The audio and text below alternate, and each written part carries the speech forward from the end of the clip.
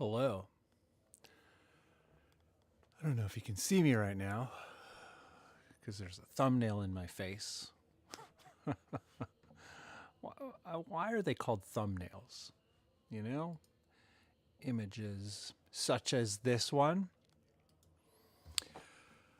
It's doesn't look like a thumbnail. I guess like maybe from contact sheets in photography. Who knows?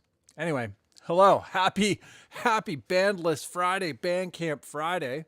How are you? I hope things are well. I'm the Bunn. I am back in my abode, which is great. Those of you who might have joined me last month, I was streaming from sunny Vancouver. And yeah, my whole month of February in BC was quite sunny.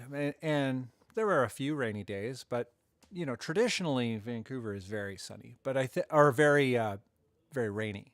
It's the West Coast, and I don't know, it's tropical. They get a lot of rain. But where I was staying specifically, it's a sunny area. Like it's sunny because of the geography, and yeah, pretty interesting.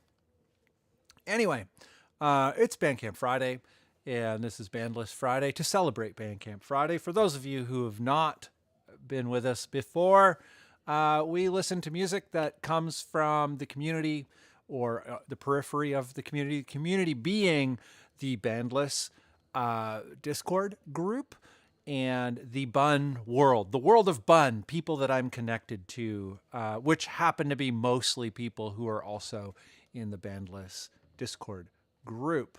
For those of you who are not a member of the Discord group, keep reminding me and I will keep, sharing the Discord invite group link. I can't think of the technology names here, but I'll share it throughout the night. If I forget later on, please remind me. You guys are really good at managing my affairs. I am very bad at managing my affairs. So anyway, so the link is in there for that. Some quick stuff off the top. I made music all this past month, but I did not finish any music this past month. It was not the point. The whole point was to spend time writing, like just coming up with the ideas, and to really drill down on that sort of idea generation kind of thing. For those of you who might be curious about what, I'm not going to play any of this on the show, but for anybody who might be interested in what I got up to, my top 3 sort of favorite riffs and loops, I stuck some of them together so they sort of sound like something, but they're all just loops stuck together. And these are some of my favorite things I came up with, but I'm not going to be playing anything because it's not on Bandcamp and it's not finished and all that kind of stuff. So if you're curious what the Bunn's been up to, I've been writing wetland stuff. I guess we can kind of take a look at that page. I'm not going to play it though. Where's OBS? It's right here. And I guess it's a good time to check if this works. Yeah, so there's 3 tracks here in that link that I just shared, and they're wetlands ideas. Some of them might not even become tunes. I think they will. They're pretty good. Like some of the riffs are, at least for me, like pretty fun. But yeah, I don't know, whatever the case may be. But yeah, today we're going to be listening to your music that has been submitted by folks in the community, as well as some stuff that I've just been aware of in the world of the Bunn. Not that it's about me, like the world of Bunn. It's just the world of me is what I know. So I can talk about things I know about. I can share things I know about. I can't share things that I don't know about. So there you go. Anyhow, we got a really stacked lineup tonight. Let's take a look at the number of tracks we got. 1, 2, 3, 4, 5, 6, 7, 8, 9, 10, 11. Got 11 little bits to get into here today, which is going to be kind of fun. I'm just going to double check them. Bam.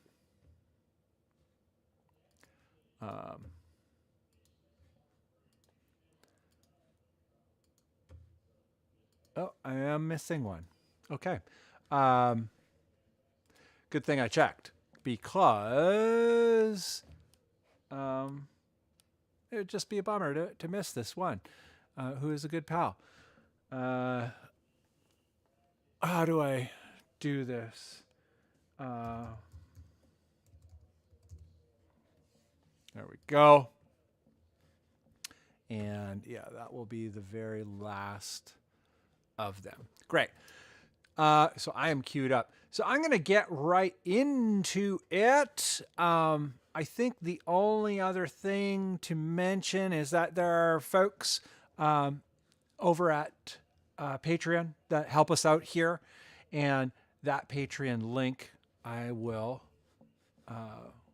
put it in here. It's in the show notes as well, or the description. So if if you want to help out, you can. No pressure. I'm just putting it out there because that's what you're supposed to do. Nothing happens unless you share ideas.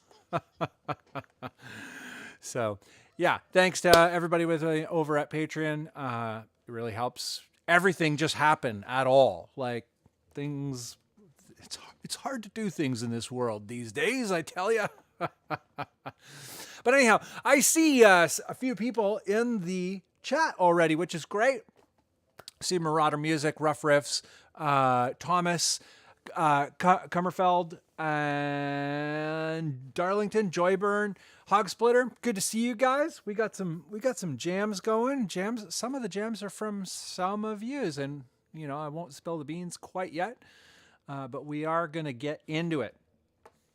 Let's get to our OBS. I got a lot of windows open, but I'm on a much bigger screen, which is nice, because last one I did it on a 13-inch laptop, and it was pretty tough to do. But we're going to kick off today's jam here with a new release by Combat Astronomy. This was a little bit of a surprise to me. I am a big fan of Combat Astronomy. It's a fellow by the name of James Huggett, who is from Minnesota, St. Paul, I think. St. Paul, Minnesota. Not that far from me. I'm in Toronto, kind of on a parallel-ish, maybe a little further north. Hard to say. But yeah, this guy has done a bunch of stuff. I'm just going to open up the more releases part here. And so Earth Divided by Zero and Flak Planet and Barricades, those are my personal 3 favorite records, although pretty much like all of these are very interesting. But this new one here came out today, Method and Trap. And I guess the significance of Combat Astronomy, the specific significance, is that it's one guy, James Huggett. He collaborates with people. He collaborates with other musicians and whatnot, but he is the composer and arranger, and he plays a lot of the stuff on it and takes care of a lot of the, not a lot of, I believe he takes care of all of the production. But he was the guy, he probably doesn't know this, I've kind of chatted with him, like just a few lines here and there through various internet chats and whatnot. And he seems to be a nice enough guy, but he was the first guy doing this all one person thing that I heard, and he was doing it like in this very artsy way. And I was like, this is how I want to do things. I had already known about Misha Mansour and him doing stuff. Like Misha and I have used to chat back and forth very, very modestly. But this is back when he used to live here in Toronto, and he was just going to school. He was going to University of Toronto, and I discovered him, and he happened to know friends of mine. And I was just like, oh man, hey, how do you do this stuff? And he's like, I have a crappy home-built PC and a cracked version of Superior Drummer, and yeah, I make music that way. So I had already known about that, but what got me really excited about making music on my own was combat astronomy. So without further ado, I'm just going to play the first track. It's quite minimal, but it's got a good groove. I highly suggest digging into this record.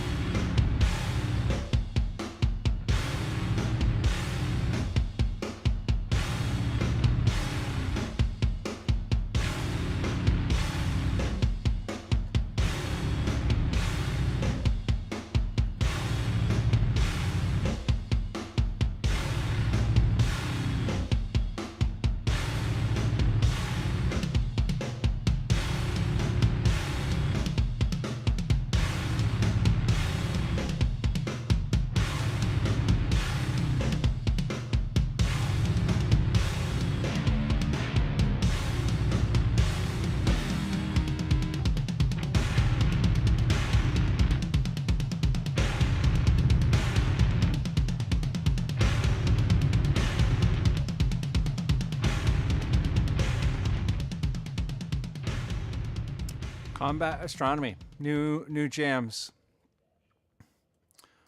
Yeah, this release is a lot more minimal than previous releases, but I really like it. I'm really enjoying it.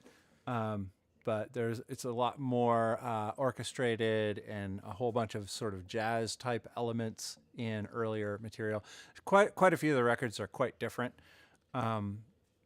Still all sounds like combat astronomy, but yeah, there's quite a bit of variety from release to release. Highly suggest if you're into stuff that's a little bit out there, but it still holds together. It's not totally bizarre. Not that there's anything wrong with totally bizarre music. That's cool too. But yeah, there's varying degrees of like dynamics and orchestration, lots more instruments or far fewer instruments, or just overall art direction changes a lot over the course of a release. So highly suggested.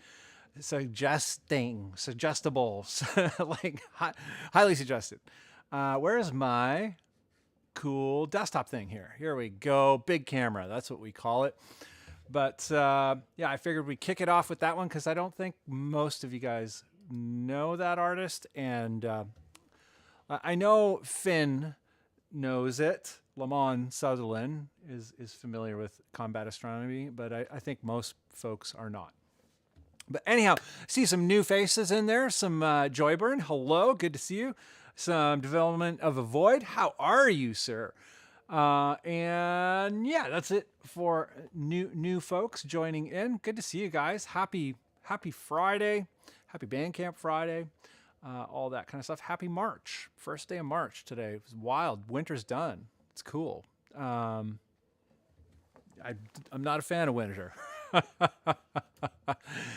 But anyhow, we're going to move along to the next one. I got to reset my gain. And our gain for today, I think, is going to be minus 7.9. Sure. Why not? Desktop, bottom right. Today, we're listening, or not today, next.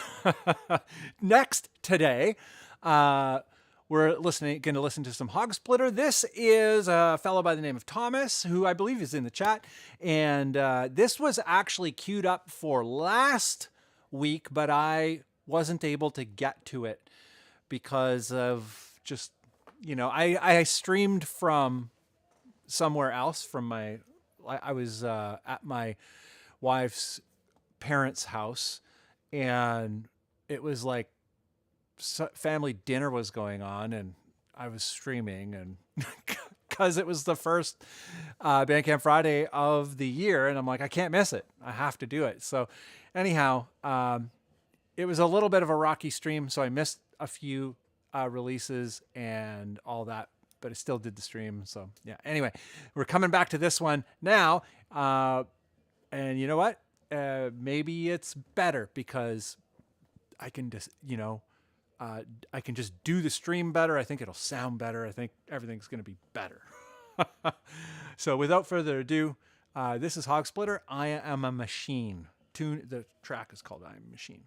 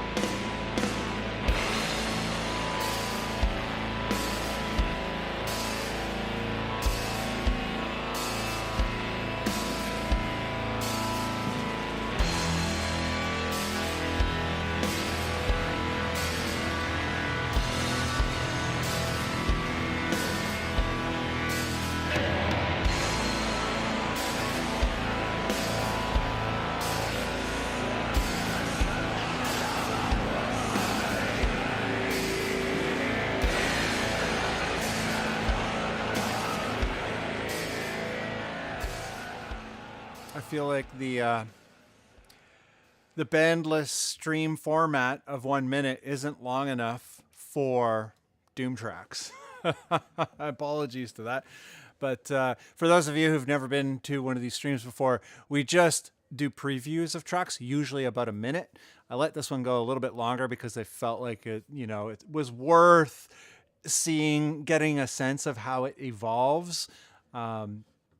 But we don't listen to full tracks on this live stream. We just get a sense of what the track is about. And I drop the link into the chat, and you can follow up tracks that you like in any way that you see fit. You can go listen to the track. You can, contact the people. You can buy the track. It is Bandcamp Friday, so the artist takes all, meaning Bandcamp waives their fee, waives their cut of what they take. They do a pretty cool thing with Bandcamp Friday. I think it helps a lot of artists a lot. And it brings a lot of people into the platform, which is great, like we're doing here today. But we don't listen to full tracks. You got to follow it up on your own. If you like tracks from an artist perspective and you're curious about the people, I highly suggest getting in touch with people and being like, hey, I heard your track. I really like it. Really like what you're doing. What's going on as an artist? Do you do collaborations or whatever it is on your mind? You can do that too. So I just want to remind everyone of what the format is, but also that it's not just about buying music, although buying music is very cool. And yeah, Hog Splitter's track was very cool, very doomy, very goopy, sludgy. And I'm resetting the gain to, what was my number again? I think it was 7.9. It is minus 7.9. So let me check out the chat here. Am I getting the links in there? Yes, links are in there. Okay, some of you know Hog Splitter. Great. Hog Splitter is cool. It's like 1,000 pounds fluorescent light kicked on in slow motion. That's an amazing description. It's like, the refresh rate is like, but slow, and you're like, oh. Development of a void. This is nasty. Yeah, it has a particularly tasty nastiness to it. And Let's do another minute. Hog Splitter music. Thanks. Just to note, melody is regenerated randomly. That's wild. Yeah, there is a note on it. We can go back there for a moment. Where is my software? Desktop bottom right. It says here, lead synth melody was randomly generated with Korg's mod wave sequencer. Vocal sample manipulated as a wavetable. Very interesting approach. Very cool. You know, I think some people are a little iffy about technology, but I'm like, oh, you can leverage technology in like interesting ways that are arguably even more artistic. And this is proof positive that, you know, sludgy doom kind of in this Hog Splitter style is typically thought of as a bunch of bearded dudes in a weed-soaked room with a bunch of Mad Amps turned to dimed, you know? So like the amps are so loud you can't hear the drums. And that's cool. I think all that stuff is cool. I love, you know, doom amps and 6x12 cabs and all that kind of stuff. But I think, you know, technology is really cool too. And I think, like, you know, wiping technology off the table as a, like, even though it might be an amazing creative opportunity, is probably a mistake. But, you know, also, I'm not trying to tell people what to do. I'm just saying, maybe take a look at the whole thing. Maybe consider the bigger picture. Might be interesting. Maybe not. If you're not interested in it, you're not interested in it. And that's just how it is. But, you know, I definitely noticed that in post-metal oriented things like doom, sludge, stoner rock, and the post versions of those things. I'm in the post version. I'm in like a post sludge type of world. Post hardcore meets post sludge. And so I'm all for bringing new things into those, bringing things together that maybe have no business being together and all that. I'm into that, but that world seems to be a little bit funny that way sometimes. And I'm like, I might have a cool creative opportunity there that is just screaming at you saying, hey, check it out. I got this for you. But next one is going to be Titanosaur. And Titanosaur is no stranger to the streams. Definitely in the world of the sort of sludgy, stonery vibes. Definitely in that post variety, doing something new with it, doing their own thing with it, which I appreciate. And this is a single called Bloodline by Titanosaur, coming to us from New York, the Hudson River, New York. Hudson is a major, I notice a space theme here, and I wonder, Titanosaur, have you ever had any encounters with strange phenomena? Because the Hudson River seems to have a lot of paranormal stories attached to it.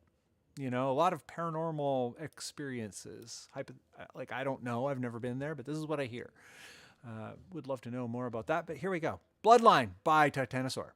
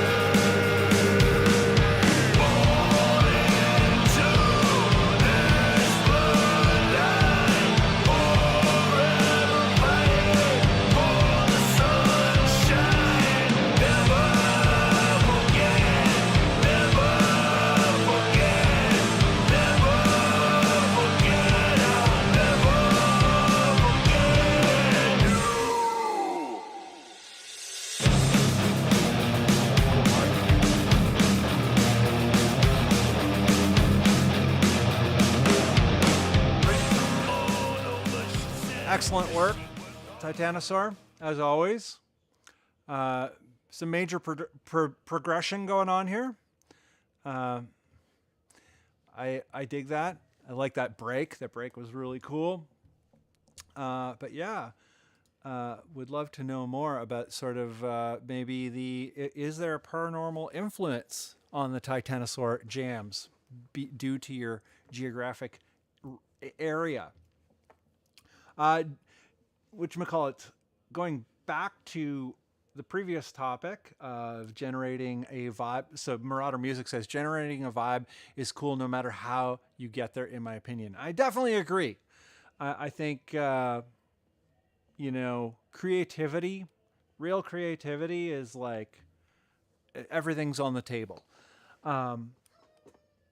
That doesn't mean you have to use every option. That's not what I'm saying. But I'm like, if there's an option that you like that is maybe not popular in your genre, maybe that's the best reason to try it. Very cool.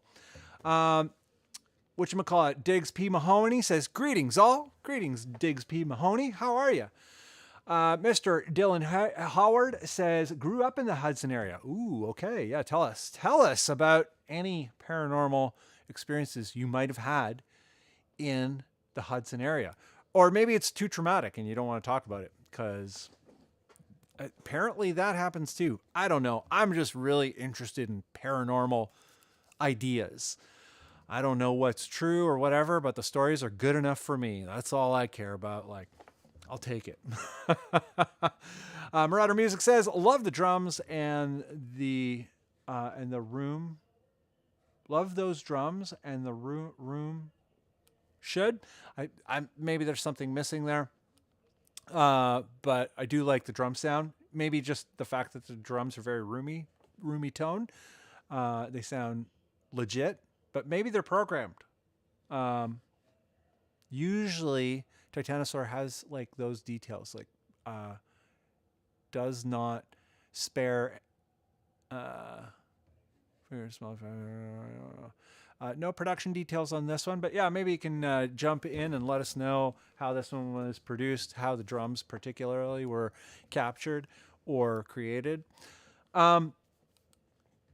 Let's go. Did I put that in there? Yeah, I got to reset things here and get on to the next one, because I'm going to run out of time if I don't. Not that I have any.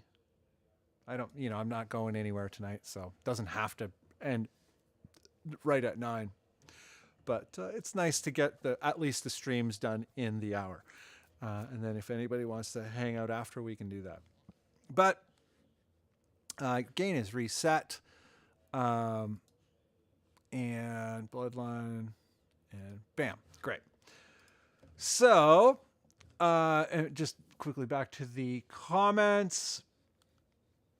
Dylan says, story of Ichabod Crane comes from the Hudson area as well.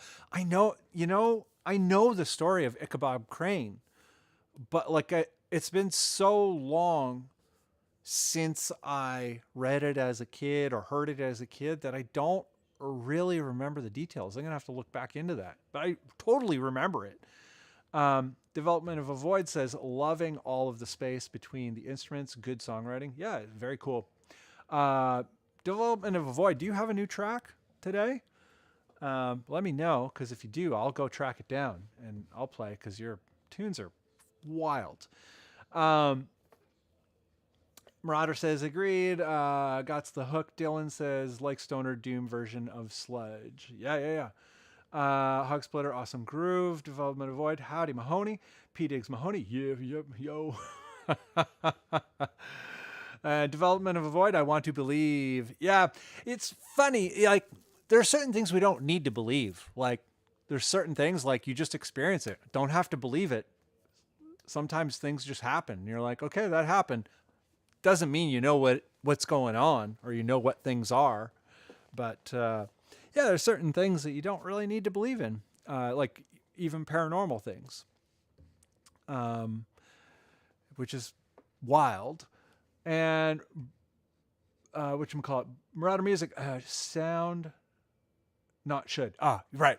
Okay, that's what I was getting into that earlier. I'm like, what are you talking about here, Marauder?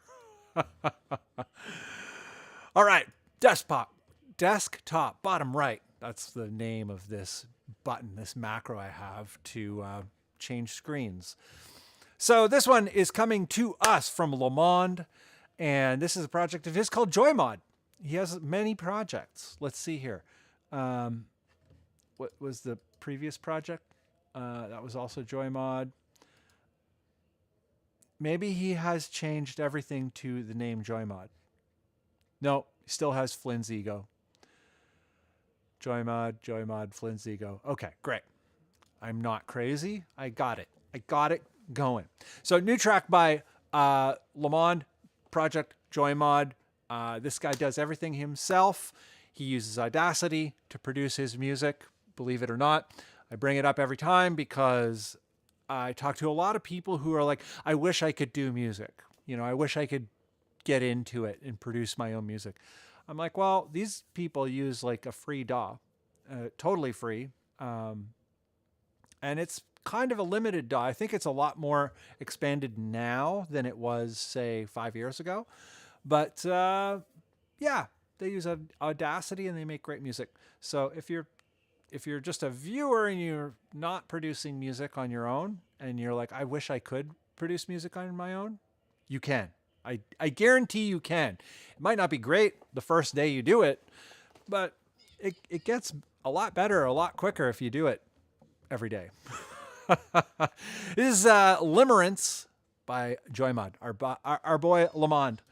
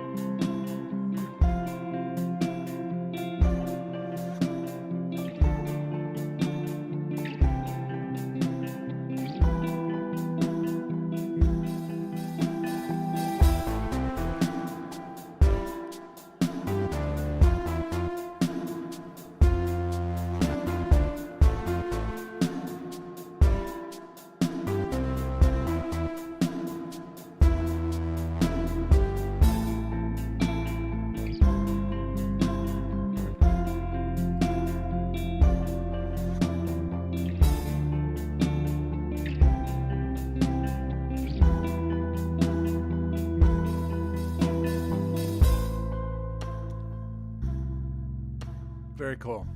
Always cool. I'm quite a fan of Mr. Lamond's song. I wouldn't even call it songwriting, like just like composition, the whole thing. Composition, arrangement, production. Very interesting dude. Yeah, his whole catalog. Let's see. Can we go to the catalog? What does it do? Yeah. He's got quite a catalog of stuff up there, and there's quite a bit of variety, but it all has that kind of aesthetic to it. Cool. Very, very cool artist. Definitely worth seeing what else they make. Like I say, variety, but it kind of holds together in a similar way. It says, yeah, Audacity since 2018. That's amazing. I noticed, who was it? I think it was Joyburn. Yeah, Joyburn says the Audacity Flex deserves recognition each time. And then if you go to the actual profile in the description here, Audacity since 2018. That's amazing. Yeah, I think the Flex is definitely warranted, because like I say, I hear every day people are like, I wish I could do that. I wish I could get into it. I'm like, you can. The tools are there. They're free. And just because they're free doesn't mean they're limited. You can make really interesting stuff with it. Making music is about the ideas, not really the technology. Technology helps a bit. I think the best thing about technology is when, like, what I think about in terms of good technology, is technology that gets out of my way and allows me to form my ideas, with the least amount of hassle. And that means like on the sound side of things, as well as the sort of placement and arrangement side of things, the production side of things. So yeah, good songs aren't made with good gear specifically. What is good? We could have a conversation about that all day long. Don't want to get into the philosophical arguments of concepts of quality, but I think you understand what I'm getting at. Like, it could be good to you. What's good to you? Well, that like high fidelity, really expensive gear that that probably does really, gets good results, doesn't make a song interesting specifically. But, having the right tones for a project can make a project be even more. So there is a part to play in terms of like the quality of sound for sure.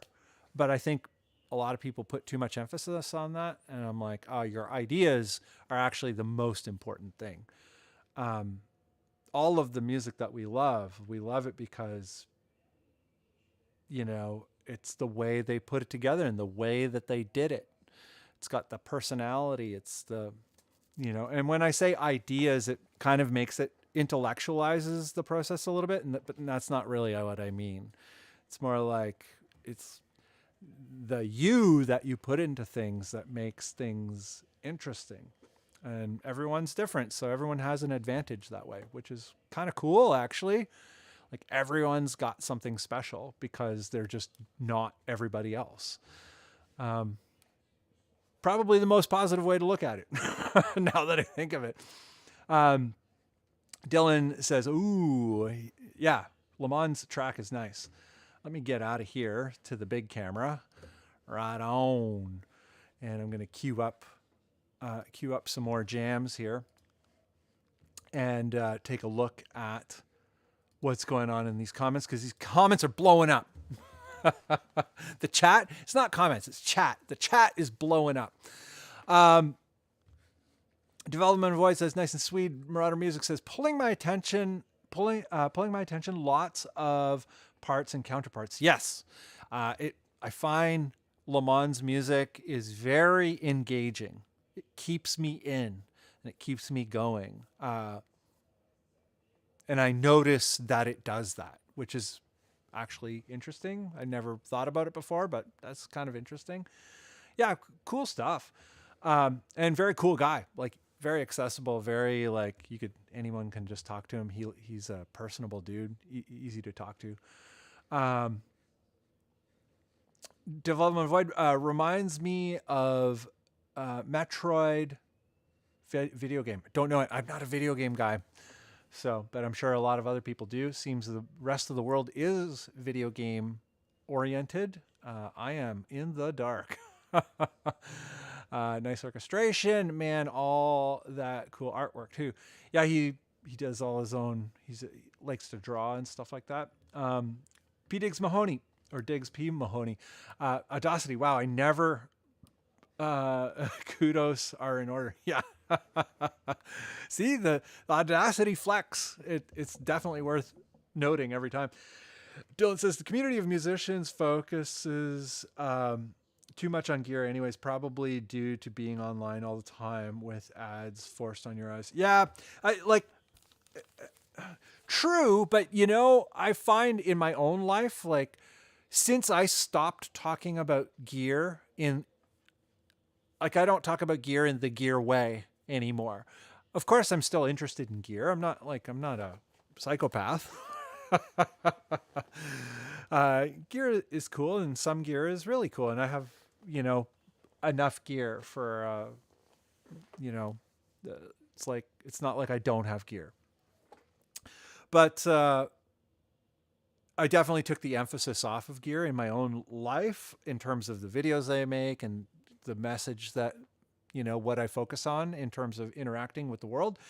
And I noticed, like, ever since I did that, it's a couple years ago now, ever since I did that, like, I just don't see gear YouTube stuff anymore, because I don't watch gear. I'm not personally interested in gear that way. I am interested in gear, but like I'm interested in gear in a totally different way. Like I'm not looking to buy the new thing. I'm looking to use things in specific ways, which is quite a bit different. But I noticed when my focus changed on that and in stopping doing the gear videos, that my whole internet experience, like I just don't see any of the gear stuff anymore. I probably haven't for it's been a long time, like probably a year, 2 years since I've watched a gear video, which is interesting. I haven't thought about it until right now. But yeah, I think depending on what your personal habits are and what you kind of give your attention to, it definitely propagates what your experience is going to be online. So, which is no surprise. I think everybody knows that. The mighty algorithm, it's coming for you. It's coming for everyone. But the algorithm is just trying to give you what it thinks you want. But I feel like a lot of us humans, especially us artists, we're a little more complicated than that. At least I like to think so. It's my fantasy.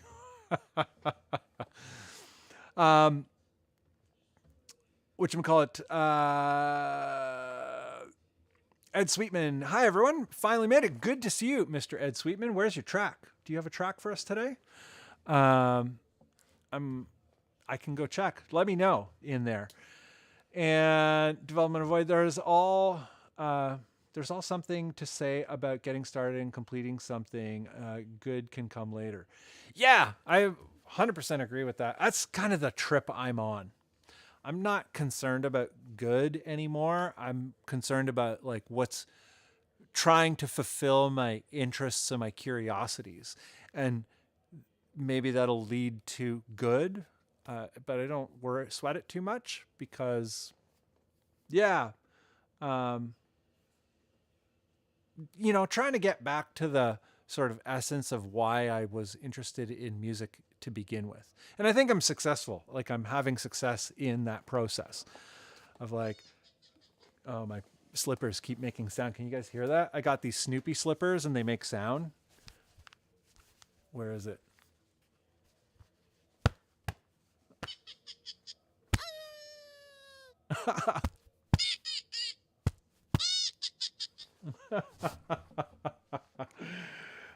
I'm like, where's that sound coming from? I'm like, oh yeah, my slippers make sound. It's so funny. But what were we talking about? Yeah, good can come later. I like that idea. I love that as a concept, like creativity. Just like be creative, and the more you do stuff, the better it gets. The quality kind of just comes in the doing, and I think that's like a truth, something that you can take to the bank. Marauder Music says, I did the Linux Reaper thing for a while back on a Mac and using Studio One now. I'm a Studio One fanboy now. Yeah. Reaper blog, how you doing, brother? I wish we would have linked it up in the, in the Vancouver. That would have been cool. I'm going back though, so we'll do it next time. And maybe I'll be able to go to the island, like, because my buddy Armin also lives on the island. He lives in Victoria, but yeah, it'd be cool to link up. It'd be cool to do a video together of some kind. I don't know what. Maybe we'll do a Reaper recording session. And Marauder Music says, Reaper still has a special place in my heart. Yeah, Reaper's the greatest. Not related to Reaper blog, but related to Reaper blog. Just very good timing of the placement of that comment. Let's listen to a tune. And we'll come back to this chat. I like this chat. Chat's always my favorite part because I listen to new music on Bandcamp every day anyway. So that part's not new to me, but, I don't get to talk to folks like you or talk with folks like you guys too often. It's like a once a month thing. So next jam is Gain is Reset is from Joyburn. And I heard through the grapevine earlier today that Joyburn is kind of taking a moment to rethink, rethink his artist trajectory, his artist work. And, this might be the last track that we hear from Joyburn for a while. Not sure where it's going exactly, but, Joyburn is, a very, very, kind of very invested in his art, as I think you should be. I think, like try and go deep on the stuff you love, or the stuff that you're passionate about. And you don't always necessarily have to love it either. Maybe you could just have a very passionate kind of emotional relationship with your creative work. And it's not necessarily like I'm in love with it. Maybe you have a tumultuous relationship with your art. There's no reason why you can't. But figure it out, man. But I'm stoked. We're going to listen to this. It's going to be cool.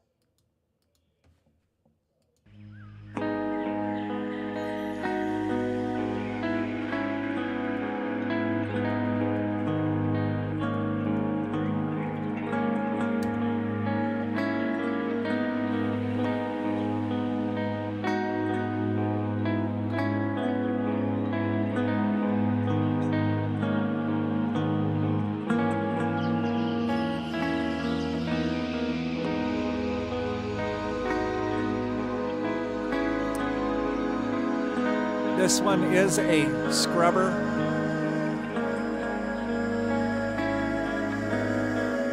We're going to scrub ahead.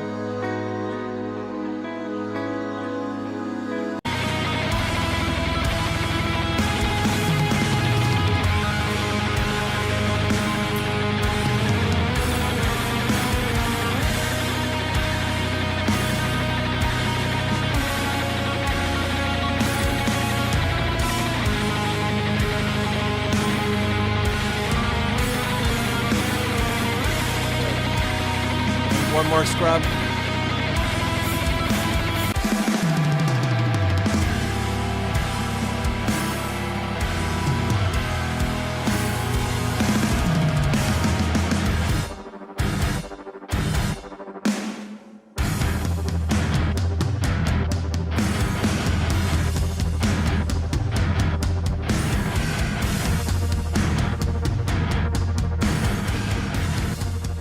Very cool.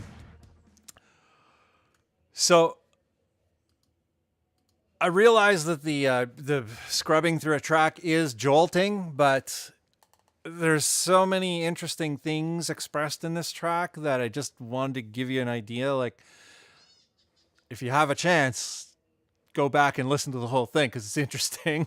It travels a lot of territory, and even Geo, like when we were talking earlier on the internet, he was talking about like this might be a scrubber, and I agree, it is a scrubber. I think it's definitely worth at least having an idea of what's going on across the whole landscape of the track, and it really is a landscape. I think it's pretty interesting stuff. Jolting to scrub, but I just want to give you enough Easter eggs to check it out. Be like, whoa, what's happening here? This is worth going back to. Yes, definitely worth going back to. Anyhow, one-man project or one-person project, I tend to use a lot of gender language. I don't know how people feel about, I know there's some people who are very, that stuff's very important to them. I don't know, I guess I should rethink how I talk about things. But I don't mean anything by it if for some reason that's anybody's thing. What am I doing right now? Oh yes, I'm resetting my gain. One person project, and fantastically composed and arranged and produced and played. It's the full Monty. What do we got here? Minus 7.9 on the Richter scale. So that's in there. I'm going to jam over to the next one real quick here because we're at 850. How far are we? Smoke signal. Great. And bam. Oh, we got another nice one. They're all nice. So this one coming to us from our dude El Paul from Ukraine, jamming some False God. False God is no stranger to the stream. I'm gonna just play it. It was posted. This is another one that was posted last month, and I missed it because of my janky setup and lack of organization. But here we go.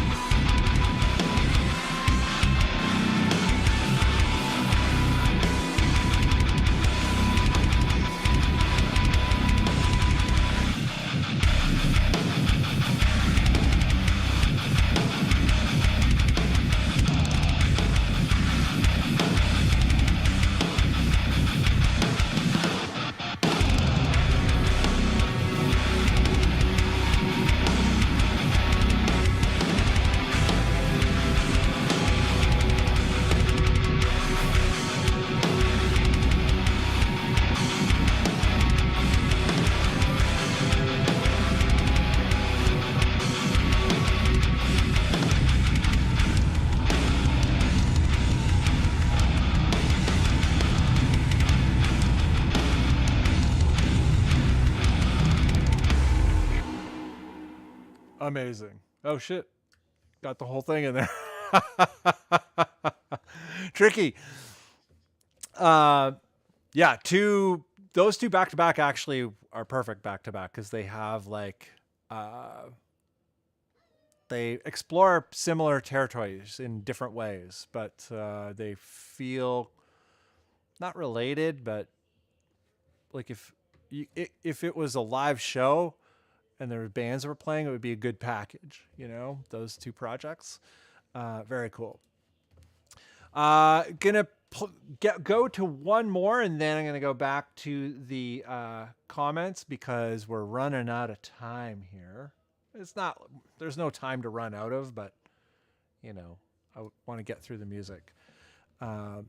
This one's Marauder Music. I guess I'm on the little camera right now, so you can see the thing. I've reset the gain, and this one's Marauder Music, the Lord and Savior of guitar amp repair, Mr. Cosman and his awesome jammers. If you need amp work done, Cosman's the guy. If you need any kind of guitar electronics type of stuff, he's the guy. If you're in the United States, I'm not sure what state at this moment, but there's shipping. There's USPS. Anyhow, this tune is called Piranha by Marauder. I did not preview this one. I usually preview the tracks, but I did not preview this one. So there's always treats, always surprises with Marauder's jams. So is it pirate metal? Not sure. Here we go.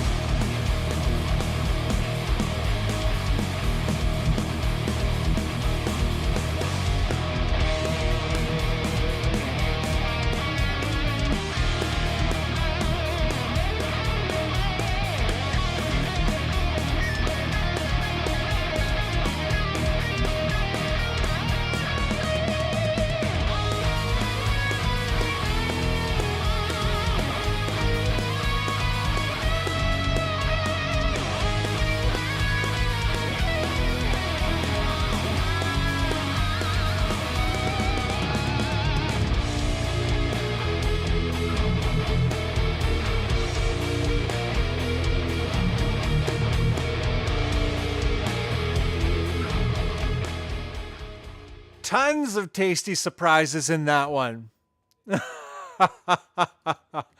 Excellent work, Mr. Cause. Sick breakdown, just all the stuff, and like ripping leads, of course. All three of the last tracks were solo creations, which is what Bandless, bandless. You know, we don't have the band; it's just us. But we're not opposed to bands. Bands are okay, but yeah, most of the stuff we're listening to tonight is single or solo producers, solo artists of some.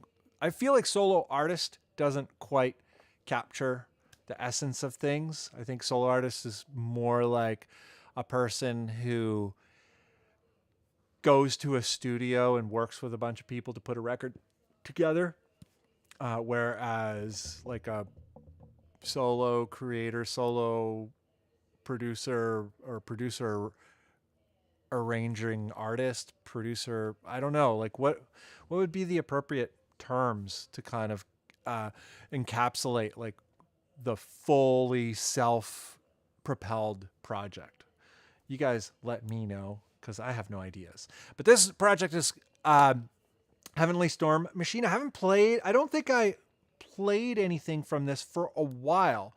This is a pal from the community, and whatchamacallit, yeah, let me see here. Yeah, came out January 24. I don't think I've played anything from it yet. But there was no whatchamacallit, Bandcamp Friday in January. We started it in February, last month, when I was in Vancouver. So I'm going to play a track off of this. Whoa, there, did not reset the gain. Almost lost it there. And refresh to get back to the beginning. There we go. And bam.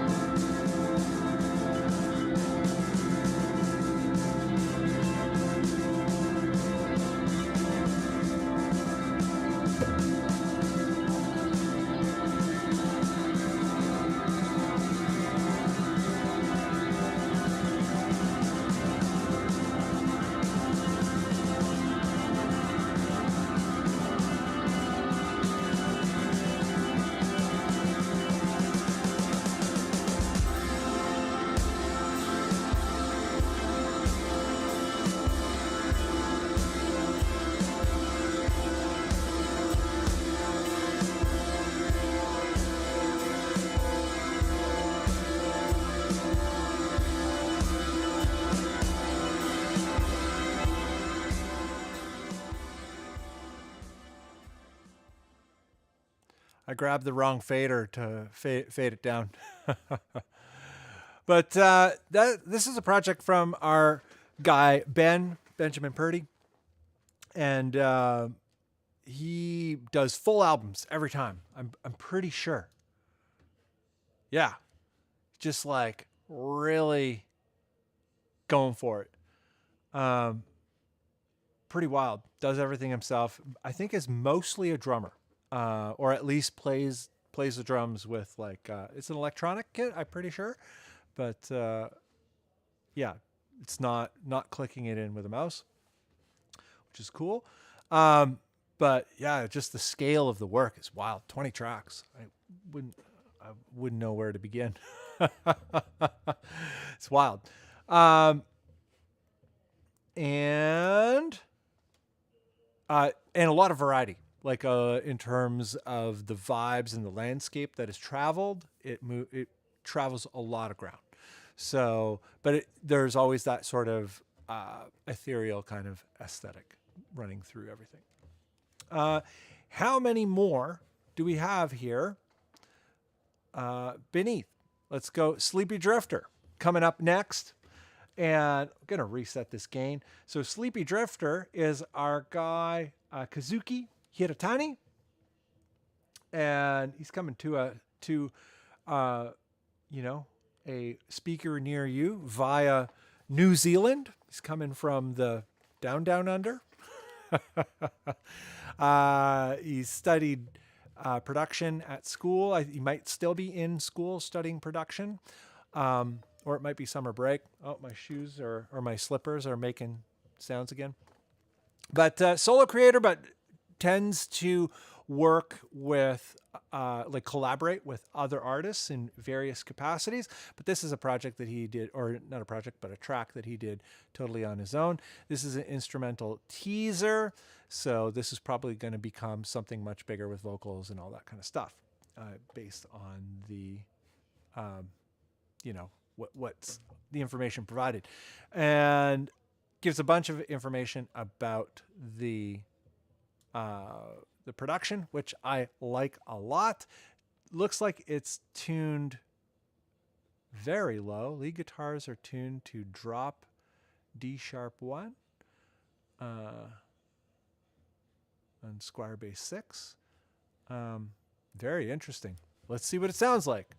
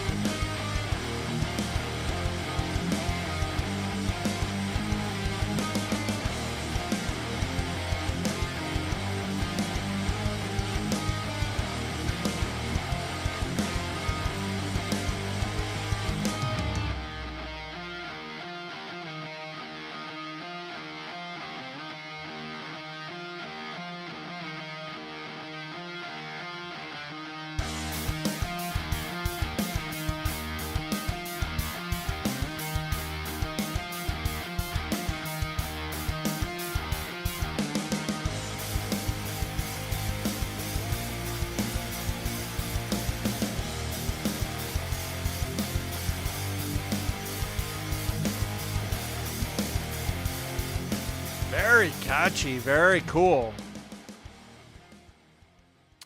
The production just keeps getting slicker and slicker. Cool. It's just a teaser. It sounds really good. Oh, my darn slippers are so loud. Snoopy's not happy. Excellent work, Kazuki Hiratani. You might be sleeping already because, New Zealand, I think it'd be like 4 a.m. there right now, something like that. Let's go to 7.9, minus 7.9. And excellent track. Did I put it in there? I might not have put it in there. Cool. I'm going to put it in there. Bam. Bam. So I'm just going to catch up with the chat real quick. And we got, how many more do we have? Let's go here, here. A lot of technology going on here. So bam, beneath. Okay, 1, 2, 3. Okay. So the last few are kind of bonuses, in a way. They're cool, like they're pals and all that kind of stuff, but they're not in the immediate. I just thought they would be cool to check into. And so lots of questions, lots of comments, and I'm going to just quickly catch up with some of the stuff because there's some questions about submitting and stuff like that. And so some new faces. Detriments, how are you? I haven't seen you for a bit. I hope things are well. Greetings from Sarasota, digs. Marauder Music just crapped his pants. I think that's because of the false god. Maybe going back a little bit further, because DeLand, Florida, used to live there a while back. My aunt is there. It's a pleasure. Thank you to everyone also. Okay, cool. Yeah, the Joyburn, we played the Joyburn track, and then we played the False God track, and they kind of have, they sound like they could play the same tours. You know, they could be bands that are on the same tours and would complement each other quite well. And so, whatchamacallit, there's a lot of comments here. Where do I go from? So Joyburn needs to happen. Matthew Rendell says, maybe it's also an age thing. I am a designer, not a musician, but still in a creative industry. I suppose when I want something to work, I have limited time or a deadline. Stuff needs to just happen. Yeah. Yeah. P. Diggs Mahoney says, your slipper. Yeah, my slippers make noise. And Marauder, yes, I was wondering what that was. That's so funny. Ed Sweetman says, no track this month. Next time. He's gotten stuff in the way, but ideas are forming in the brain. That's a good place for them to form. What's up, Anthony Nieto? Good to see you there. Always good to see you there. All good over here. Okay, great. So I think I'm not sure which ones are for which, but I think these are getting into the false god comments. Those chords keep building up. Wow, this is sick. Winning, such a clear recording too. But it could be the whatchamacallit, the Joyburn stuff, because we're still in the Joyburn stuff. Sorry, I'm not very organized with this exactly. Development Void, Smoke Signal is an appropriate name for all of that drama as well. Yes, it is. Rupert Blog, like that one. Yeah, it's very well produced track. It travels a lot of territory. And then Marauder says, oh, man, this is going to slam. I bet. And then P. Diggs Mahoney. Yep. That's cool as hell. Diggs, Small World. Nice drum sound.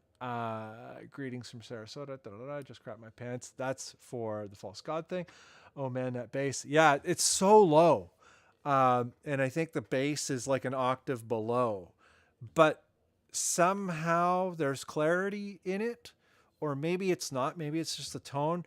El Paul, like, how do you do it? If you're in that chat, if you could let us know how you go about the bass guitar specifically.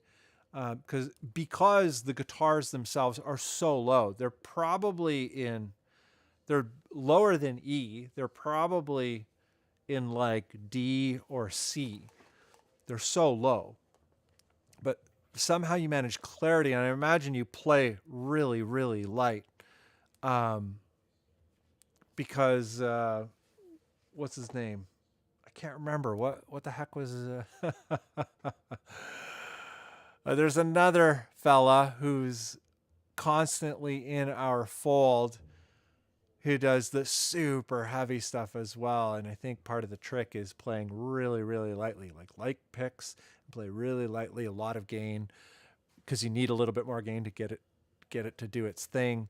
But then a lot of treble and EQ and all that kind of stuff. So yeah, I'd love to know more about how you go about the guitar sound, and then especially how you go about the bass sound. Like, do you use a synth oriented bass, or like a sampler bass, or is it an actual bass and an octaver or something like that? Like, what is the magic that is making that happen? And for anyone who's wondering, I'm talking about the false god stuff. It's very lowly tuned. And oh my, damn, the drum work. Yeah, the drums are also programmed really well. Both the, whatchamacallit, the Smoke Signals track and the Force to Prey? Force to Prey, like the False God track and the Joyburn track. They are, let's change the camera here while I'm doing this. So the Joyburn track and the False God track, the drum programming is phenomenal on both of them, like phenomenal. So if you guys could tell us a little bit more about your processes, that would be fantastic. If it's all secret, that's okay too. Like, I'm just curious. If you're like, I'd rather keep my tricks to myself. I get it. I share everything personally, but P-Diggs, I think I need a battle axe. I can dig it. There it is. So Detriments wants to know where to submit the tracks. That's a good question. I will put it in here right now. Scott at thebunn.ca. And the submissions are closed for today. But next month, the first Friday of every month is Bandcamp Friday. So next month we're going to do another one, and there'll probably be another 10 to 15 tracks to preview. So yeah. Rough Riffs. Thank you for getting that information in there. And awesome. I'm going to just play a few more tracks here, and then I'm going to hang out in the chat, and we'll get to all of that because it's a little disjointed. So this one is Modern Witchcraft. This is Nick Hill. Nick Hill is playing in this band right now. And this is Stephen Barton also. And both of these fellas were involved in the Bandless streams a couple years back, and probably will be again sometime soon in the future. Who knows? I don't know. It's not like we broke up or anything. It just, they ended up doing other things. So the Bandless band is still together hypothetically, but this is what they're doing right now. And yeah, let's just play the first track.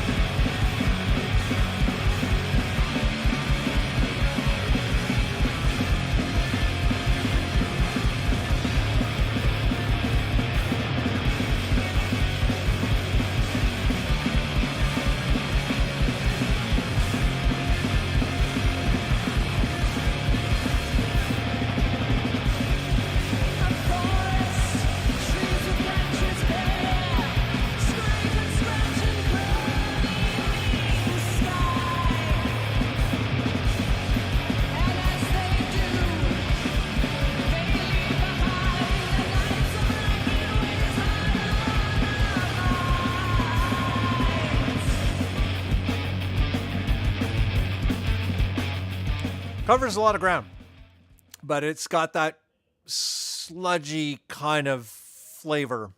Even though it stylistically, like I say, it covers a lot of ground. It's cool. It's different. It says Nottingham, UK, which is weird.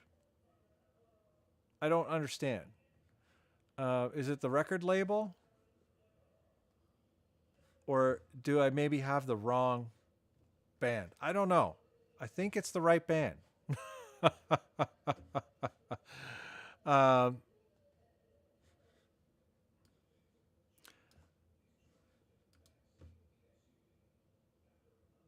Anyway, yeah, I wonder, I don't think I have the wrong band. I think it's the right band. We're going to move along because maybe I got that wrong, but I don't think so. Where's minus 7.9? Okay. and Monavoth. So Monavoth, this is our buddy Lucas from Argentina, and he has put the record out. The whatchamacallit, the cassette is sold out. The CD is still available. But last time we checked this out, there was only a preview track. So we're going to play a little bit of another thing. We might scrub it, this track, because it's pretty long. It's doomy.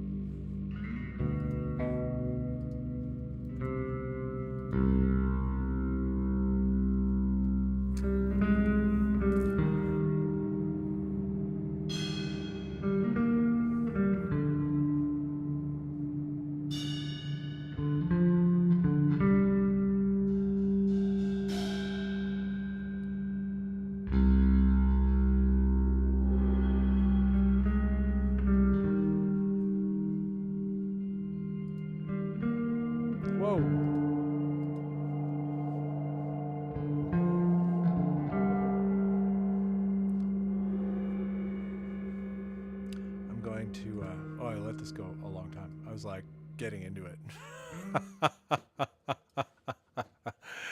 Yeah, it's very moody, very doomy. Like some of the tracks are very, very doom lordian.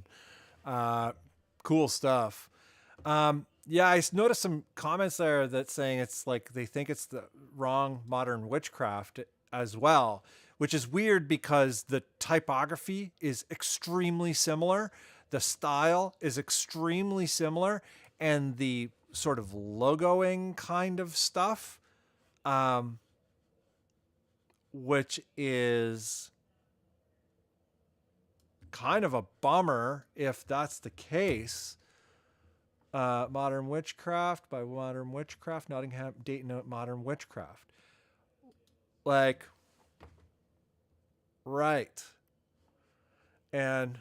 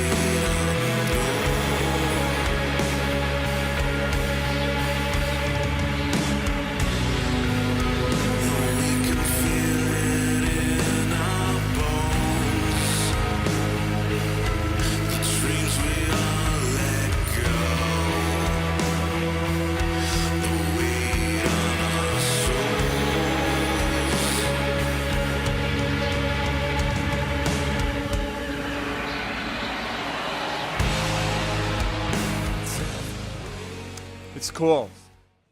So that's Stephen Barton's and Nick Hill's track. The reason why I was confused on the other one, well, I think it's understandable why I was confused with the other one. Even the typographic treatment is It's not actually that similar, but it's sort of similar in a way. Ah, man, I had no idea. And the Kitty vocalist was a guest vocalist on one of these tracks, and I just assumed that the other one was her guest. I don't know. I don't know. How do you navigate that if that's happens to you, where another band has your name or takes your name or whatever the case may be, and it's even a similar style? Very confusing. But I like Steven's and Nick's version of Modern Witchcraft a little better. It's, you know, the production appeals to me more, and yeah, it's just got more mood to it. Yeah, sorry about the confusion, guys. Didn't know what I was getting into there. So this is the last one. This last piece of music for the night, and then I'll hang out in the chat for a little bit more until like 9:30. But this is a band called Capsule. This is a band that I love. I don't know if I actually streamed this, but this band is like a big, I don't know, big inspiration to me in terms of heavy music. Like, I typically don't like metal, like just straight up metal. It's not that I don't like it. I don't like making metal. I don't like writing just metal. But I like heavy music, and I like a lot of things from metal. A lot of, like, metal informs a lot of the things that I'm into. And this band lives in that world, like completely lives in that world. So I'm just going to play the sludgier tune.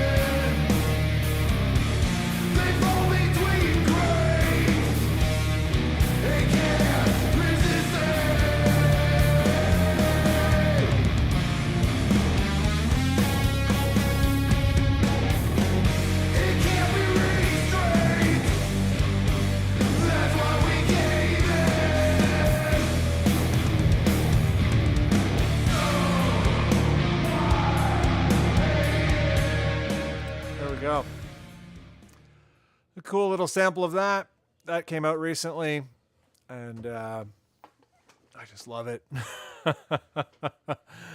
But that's all the tracks for tonight. So we had 1, 2, 3, 4, 5, 6, 7, 8, 9, 10, 11, 12, plus the fake Modern Witchcraft, not the real one.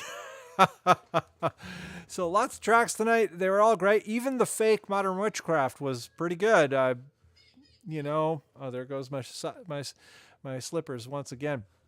But that's what we got. Excellent, you know, collection of tunes, particularly the community submissions. You guys are making incredible music.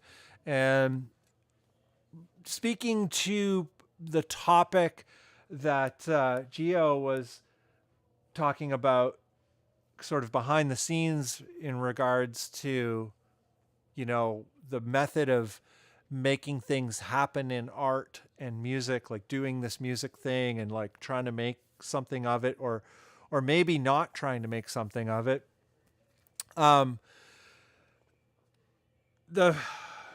The tough part is like sticking it out, I guess. And it may never work, but there's stuff, you know, quite a bit of the stuff that played here tonight. Like, I've seen the progression from a couple of years ago. Some of you guys, like 3-4 years ago, maybe. And yeah, I think it's worth sticking it out. It's hard, yeah, of course, but things get bigger, things start to happen more the longer you do it, but also the more that you put yourself out there. And the putting yourself out there part is probably the hardest part of being a music artist these days. I by no means am good at it, or do I have a strategy or a understanding of it. I just throw myself at it. I do a lot of things that are terrible, like a lot of things that don't work, a lot of things that are maybe slightly embarrassing, whatever the case may be. But I'm not saying that's what you should do. I'm just saying putting yourself out there is part of it, and it's not easy to do. And if it's not growing at a rate that is, you'll never be able to choose the rate that it's going to grow. But it's not going to grow if you don't do anything. I'm not trying to berate anyone or tell things, like I'm talking about things that most people already know. But my main message is I think it's worth it, and I think listening to all the stuff that I played tonight, I'm like, it's worth it. There's a lot of good material here.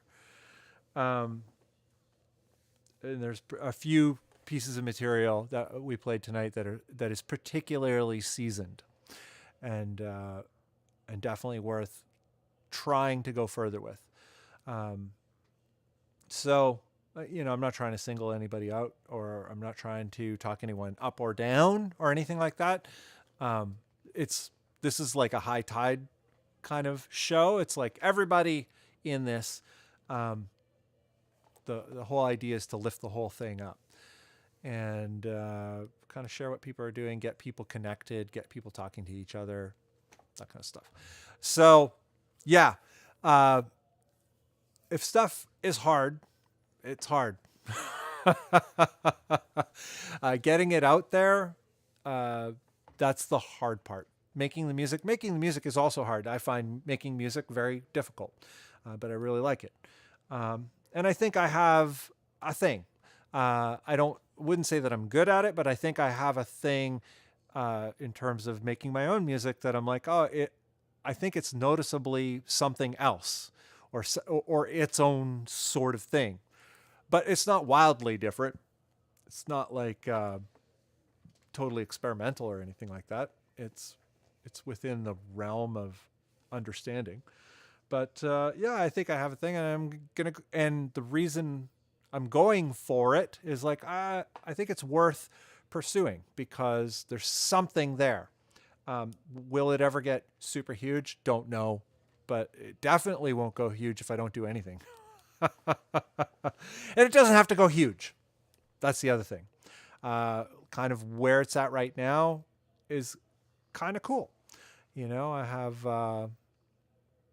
like a global audience. It's not a ton of people, but the fact that I have a global audience of listeners, that's wild. I can't even believe it. But it's taken 15 years to get there, or 10 years to get there. 10 years. 15 years ago, I started writing the foreign stuff. And 10 years ago, I released the Vens EP, and then foreign stuff followed and all that. But yeah, it takes a while. It might not work out, but I don't know. It's a pretty good trip so far. Comments. So going back to the Modern Witchcraft, yeah, sorry about that first Modern Witchcraft, but it was actually cool. I just wish they didn't have the same name and didn't have the style is kind of too similar. They do sound a lot different when you play them back to back. You're like, oh, this is not the same band at all. But yeah, wild. But doesn't sound like Steven might be different. Anthony Nieto. Yeah. So Fallon, I think that's the name she goes by, or maybe that's her actual name. But the Kitty vocalist does guest vocals on a song. I don't know which one, but I just assumed it was that one. But Reaper Blog said it was still good though. um, so going to Monavoth, the style is coincidentally very similar and confusing. You guys are talking about the Modern Witchcraft, yeah. It's the second one, yeah. State in Ohio, love that. This is it.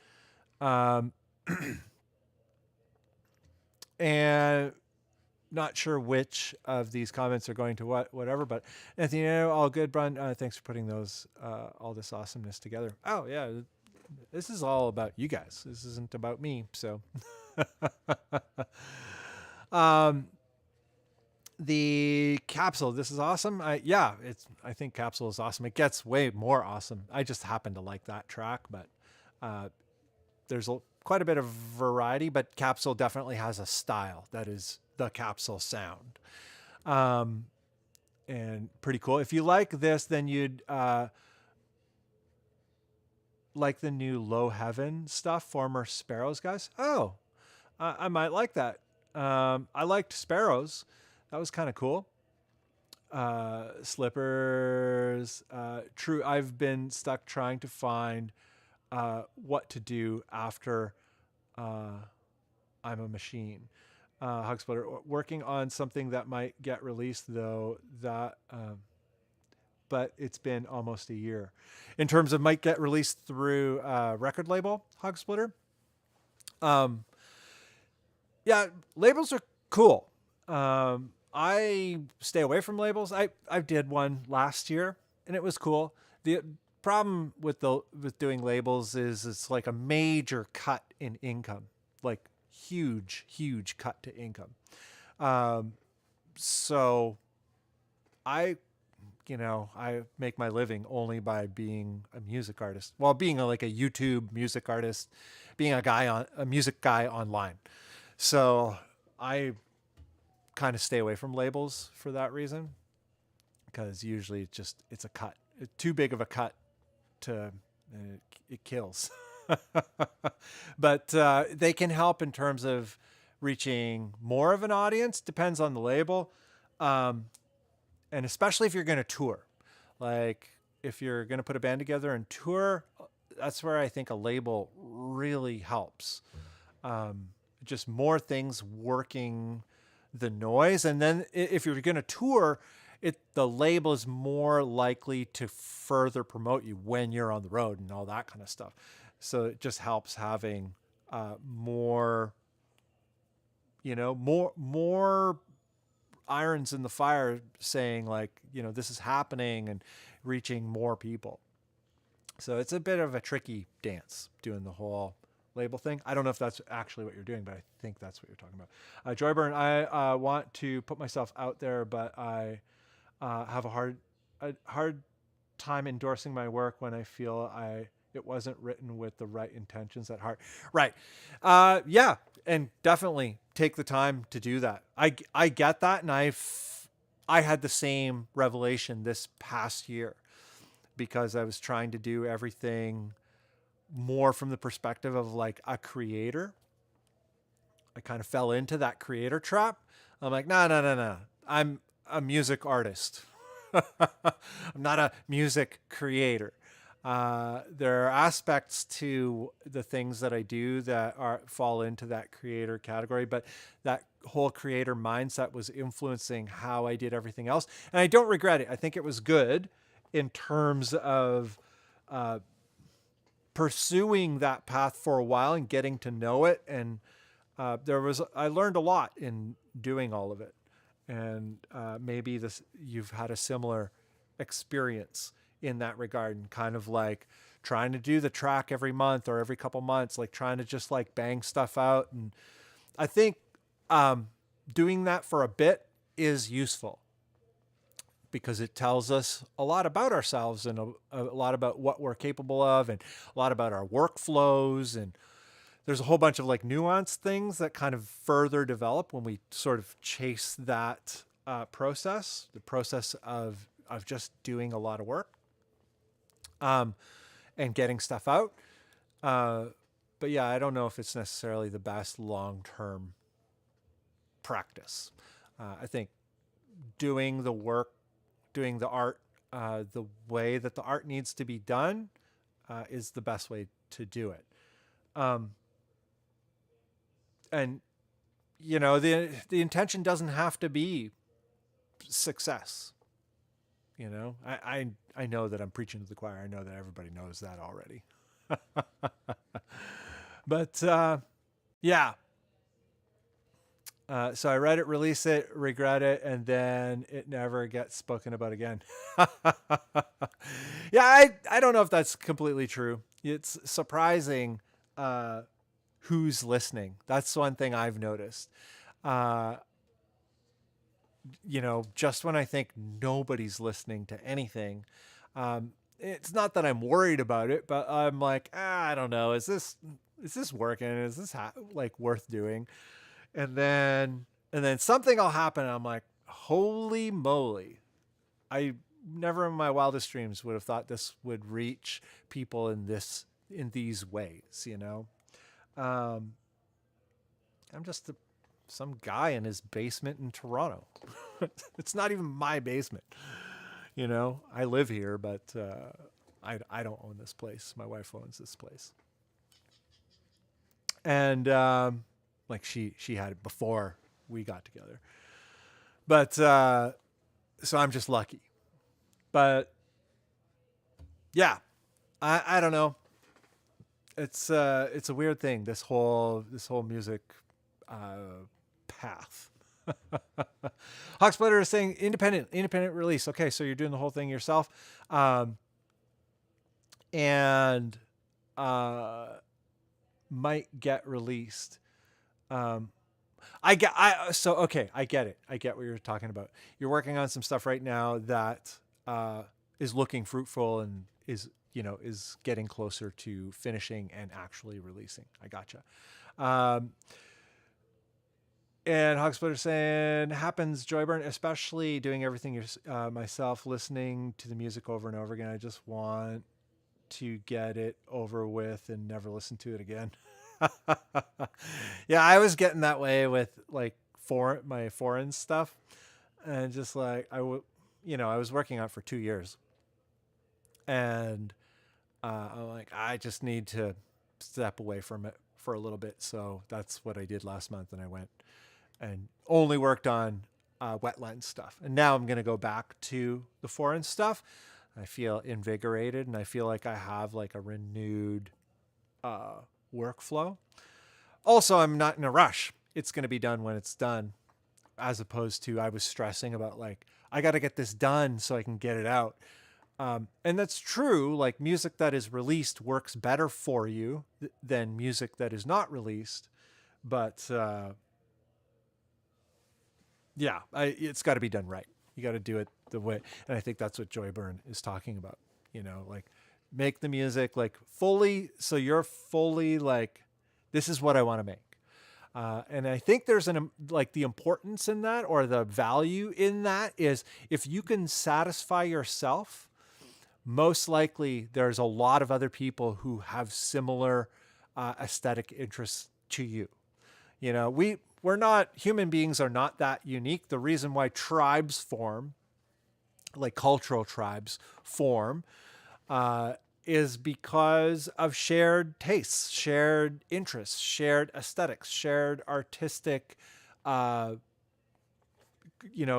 conceptual thinking. It's not a coincidence when you go to shows and you see groups of people who kind of all look the same, even if they don't know each other.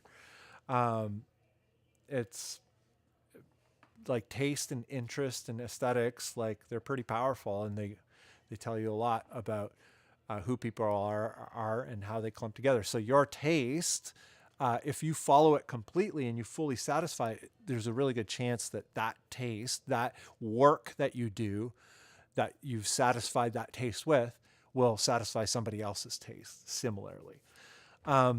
So I think it's worth it.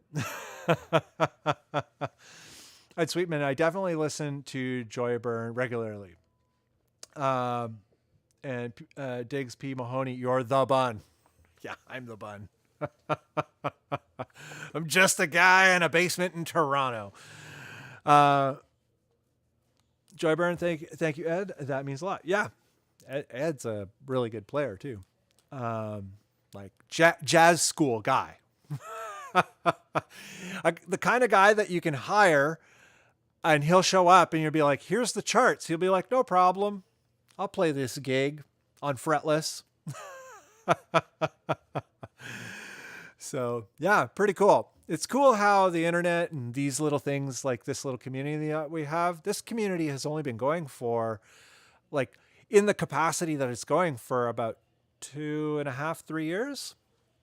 I guess we can look. I'm going to take a look as to when was the first stream about the Bandcamp Fridays and the playing community tracks. That's what I want to know. Videos live. So let's go there. I can tell by the thumbnails. Bandcamp. Oh, I guess the titles. So the Bandcamp Friday streams started 2 years ago. So it's only 2 years old. It's not a lot. It's not a long time. It was exactly September 3rd, 2001 is when this Bandcamp thing started. And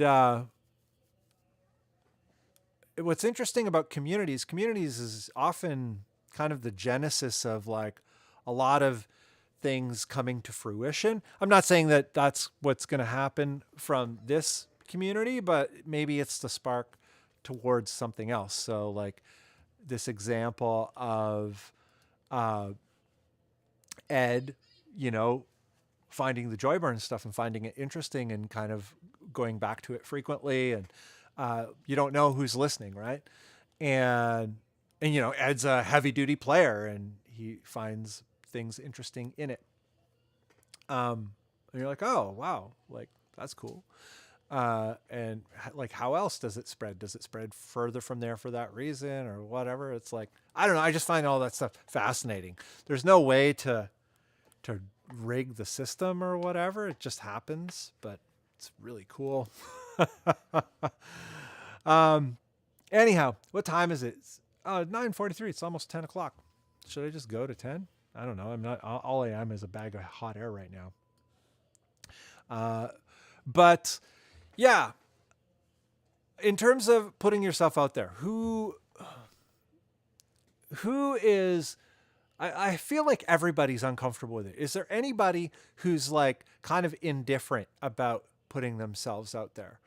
I'm not sure exactly who's still in the stream, but I can say like for me, putting myself out there and kind of making things happen, it's like the most awkward part about doing all of it. But I realized, I guess how I came into it was through bands. I used to play in bands and the bands used to break up. They're just like, I'd do a band. It would last for about a year. And a lot of them got popular. A lot of them like people really liked. And if the bands would have really held it together and toured and all that kind of stuff, they would have become pretty big bands, probably, big within their genres.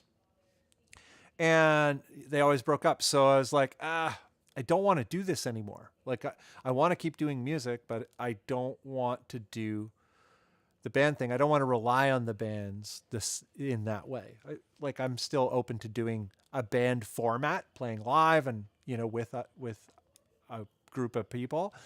But I'm like, something has to change in terms of like how I put it out there. So that's why I went solo. And I realized that if I do it that way, I can never break up. I can quit, but my band's never going to break up. And it's like lineups can change or whatever. And it doesn't matter. Everything will still keep going. So long as I decide for it to keep going. But I'm going to have to put myself out there in ways that I never imagined. And it was pretty awkward because I was never an outward person. I'm very introverted.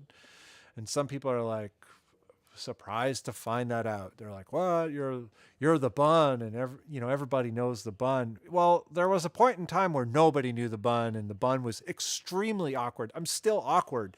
I just have a few tricks where I can deal with crowds and putting myself out there, talking to people. The key, really, I think, is try not to make it about you ever. Avoid making it about yourself, but put yourself out there, and be actually interested in other people. So that was kind of my story into getting putting myself out there as an artist. But a lot of people, they're puzzled by it, or they're uncomfortable about it. But I'm curious, I've never met a person actually who's like, yeah, I'm like indifferent about it. I'm totally okay with it. Like, I don't know anyone even people who are very successful, who are like, yeah, I love being in front of a camera, or I love being like, hey, what's up, guys? Yeah, I don't know. Are any of you guys that way? I don't think so. Maybe. But Hawksbutter, we'll start doing the same. Joyburn was my favorite track today, followed immediately. Yeah. And Diggs P. Mahoney, same here. Ed Sweetman, I'm uncomfortable every time. Yeah. I think that's just normal. I think that is the baseline. Daniel Padilla. How are you, Daniel? How are you? Detriments, nope. Always something to be insecure about. My biggest insecurity is my mixing skills. Ah, cool. The cool thing about mixing skills is every time you mix, it should get better. Just do it a lot. I still don't really know how to mix. I just make sure that nothing's peaking, and use a lot of limiting on the mastering.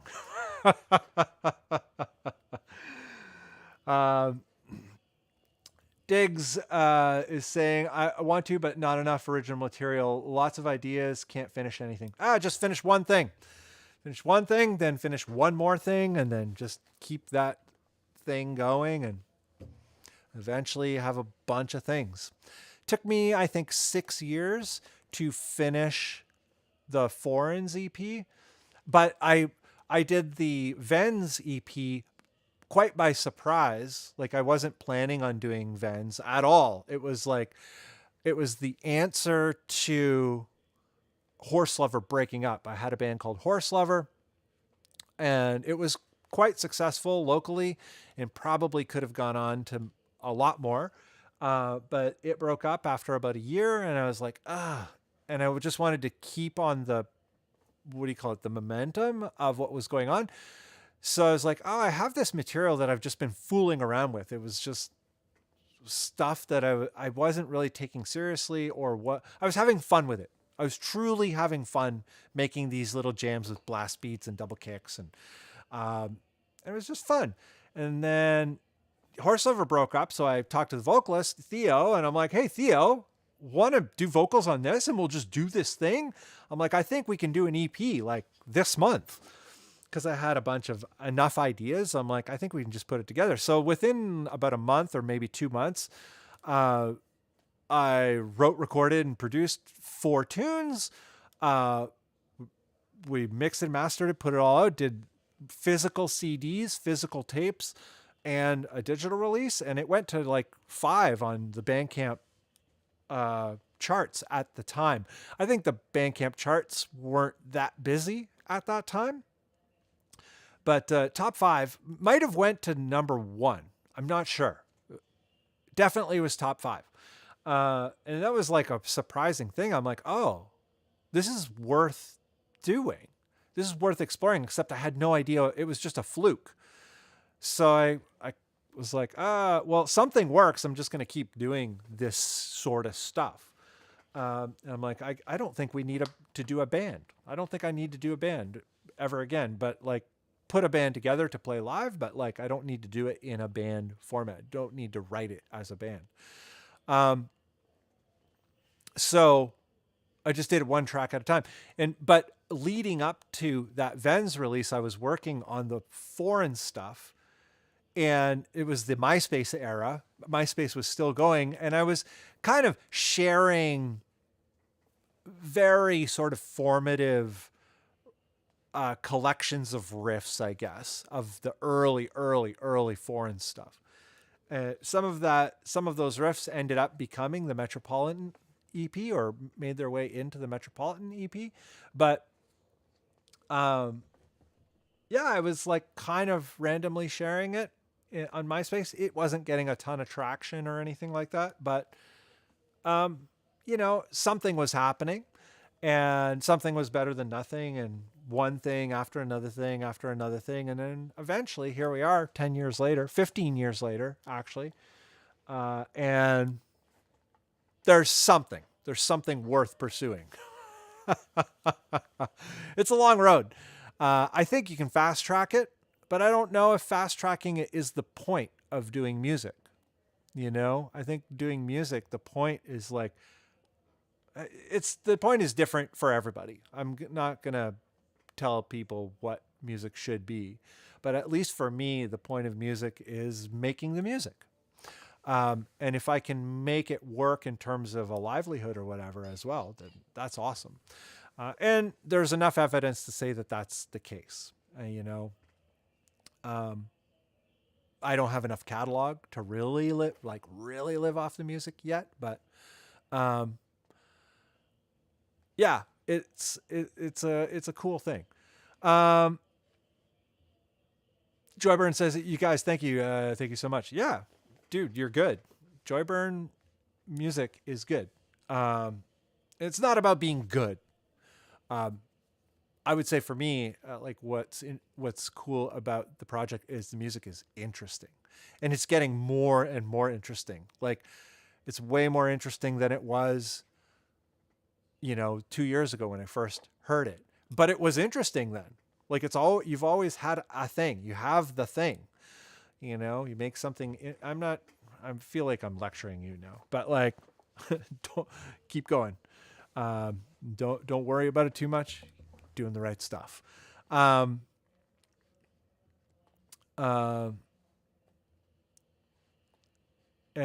Diggs is saying, tip of the hat, Joy.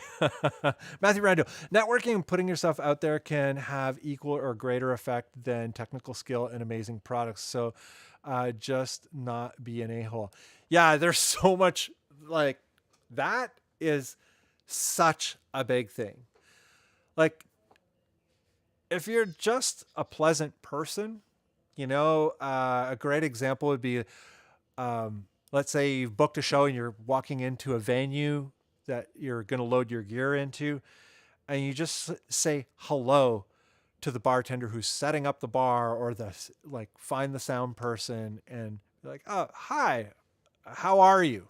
Like, ask them how they are for real, and be interested in how their day is, and introduce yourself and be like, how would you like us to do this sort of stuff? And it doesn't sound like much. It sounds like, oh, that's obvious, that's what you do. But like, so few people do that kind of stuff. And it goes to what Matthew's saying, like, don't be an a-hole. Like, be the opposite of an a-hole. Just be a pleasant person. Be the person that you wish people were to you. It sounds cliche, but it actually goes such a long way in music. In anything, but especially in the arts, where you have to, there's so many obstacles to begin with. Like, just being pleasant goes so far. It's wild. Rough Riffs, I'm indifferent because my music is mostly for myself anyway. For me, it would be a matter of choosing to prioritize it over my other varied interests. Yeah. And that's, I think, a really good point, is like, music doesn't have to be a thing. It could just be a thing that you do.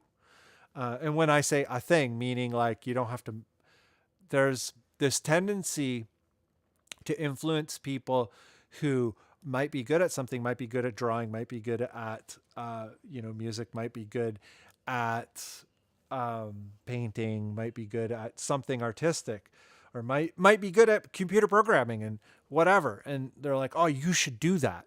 Like you should make that your gig. And I don't know. I don't think everything has to be a gig. Even if you're really good at it. Let's say you're absolutely smashing at physics, like subatomic physics, and you've got gravity figured out. Do you have to make it your gig? I would say no. Like you don't have to. You don't have to do any of that stuff. Could it be very useful to the world? Yeah, it could be. But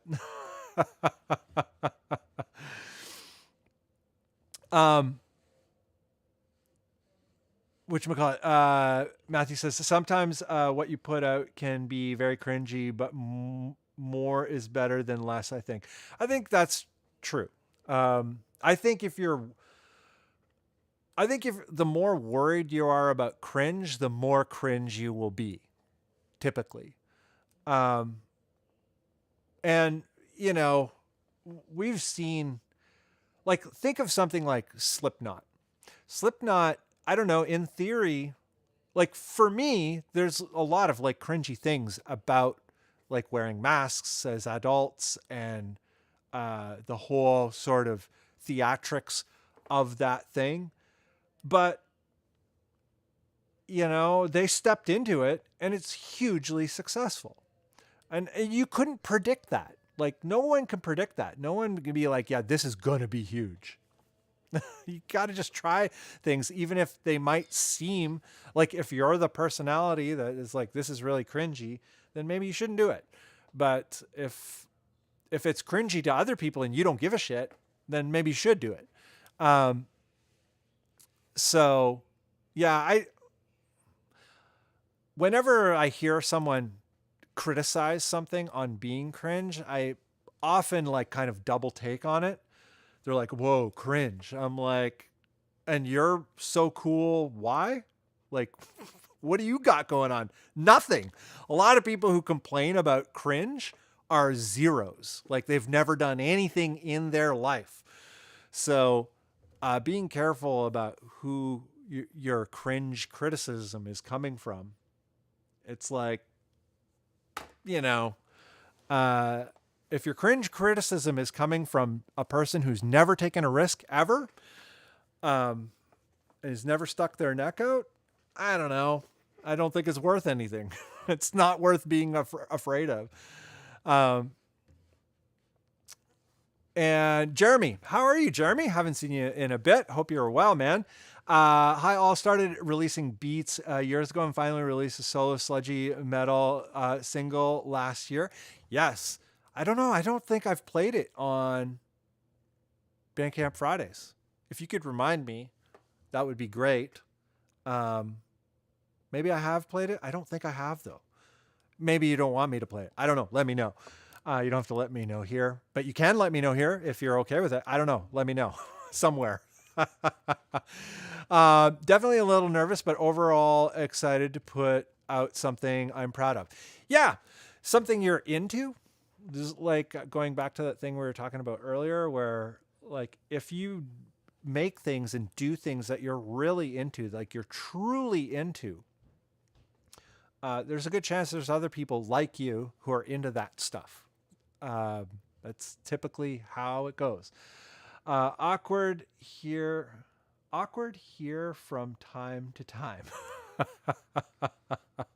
Daniel, I think the musician landscape has changed so much. It's very off-putting for those only interested in the art side. Yeah, it's very tough. It's been very tough for me. It's interesting because the internet, to me, I got excited about it because it represented the complete disassembly of gatekeepers in terms of record labels and distributors and all that kind of stuff. I'm like, F those guys. Like, I don't need them. I never wanted them. And now I don't need them. But the flip side is I wasn't anticipating how much of a hit I would take on the sort of art side of things and how much I'd have to mentally wrestle with it, psychologically wrestle with it and make peace with it and whatever. And I'm still making peace with it. So that's a good point. definitely a big effect, but I think it's definitely worth experimenting with or trying to figure out because, there's that whole idea of 1,000 true fans or whatever. I think the title of that concept isn't necessarily accurate, but the concept that drives it, which is you don't need everybody in the world to be interested in your thing. You just need enough people. And enough people could be, 1,000 people. 1,000 people who are truly, truly, truly interested in what you're doing. And 1,000 people who fully support or fully opt in to your art in every way. And you could probably, there's most likely, if you crunch the numbers, things can happen. You can make things happen. You can pay your bills and not be in debt and all that kind of stuff in that kind of a scenario, and make art that is truly fully invested in, from the art side. You can truly fully invest in your art practice. So I don't know if I'm explaining that very well, but if you're interested in exploring that concept further, reading more into it, it's a blog piece written by Kevin Kelly, who was the editor of Wired Magazine, may still be. And he wrote a blog piece on his personal blog called 1,000 True Fans. And you can look that up. Kevin Kelly, KevinKelly, I believe that's how it's spelled. But 1,000 True Fans. And it's an interesting concept to kind of get into and sort of reframe our thinking about what we think we need in terms of making this whole art thing work as like a venture or whatever. I know a lot of people are really uncomfortable with art as business and all that kind of stuff, but all the big artists have their business sealed up. Big artists in every category, they take the business part seriously because they know that the business allows them to do the art fully and completely, as well as allows them to just live a life and eat food.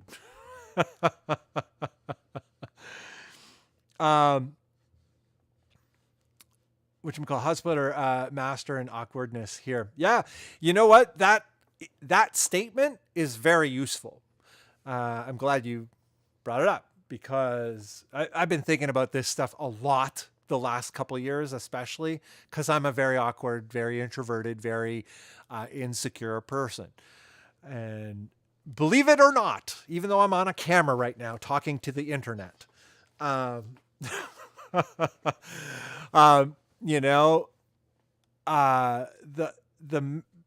acknowledgement of your challenge is huge in terms of facing your challenge. So knowing that statement, I'm a master in awkwardness. Okay, well, I know that I'm awkward.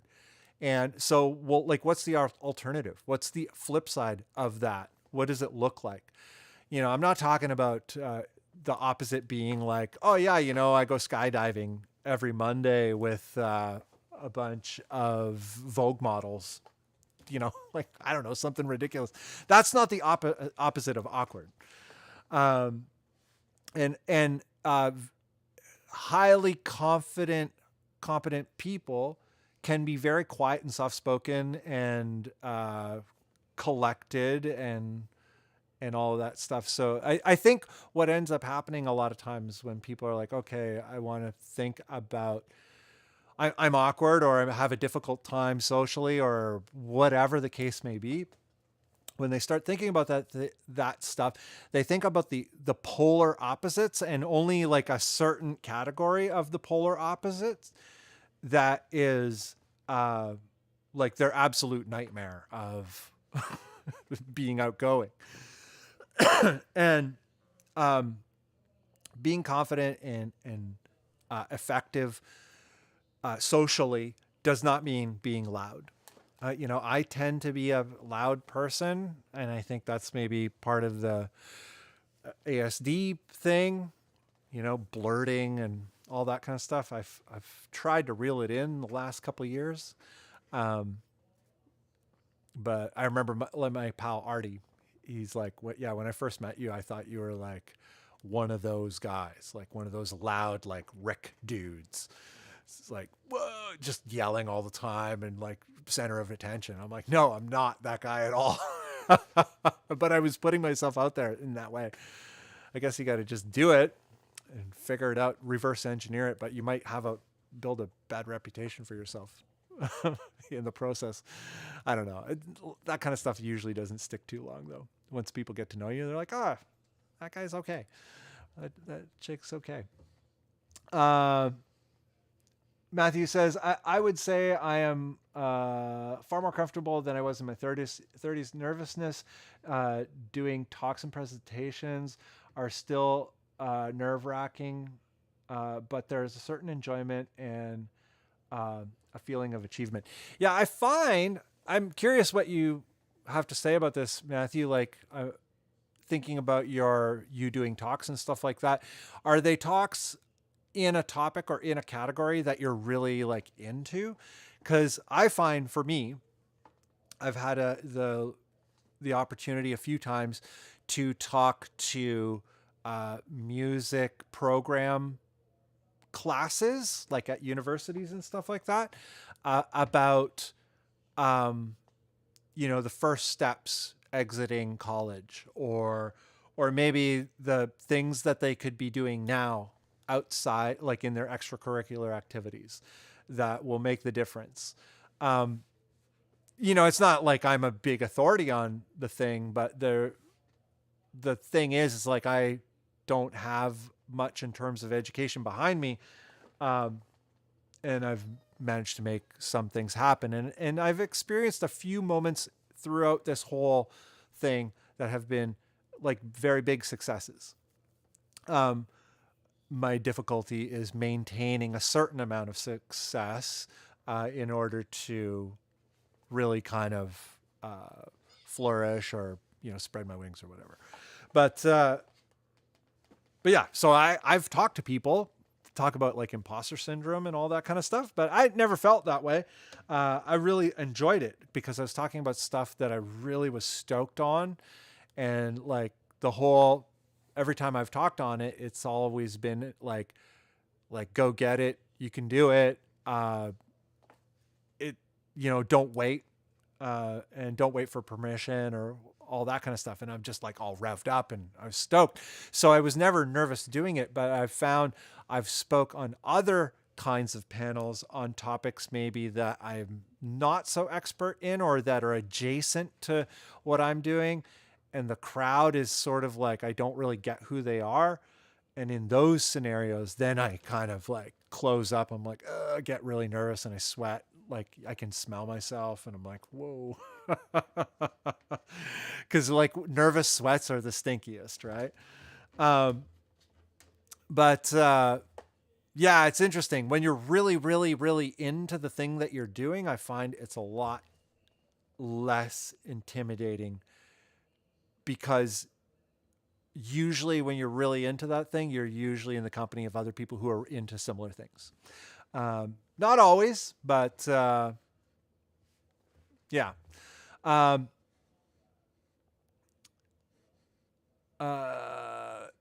Diggs is in it for the music.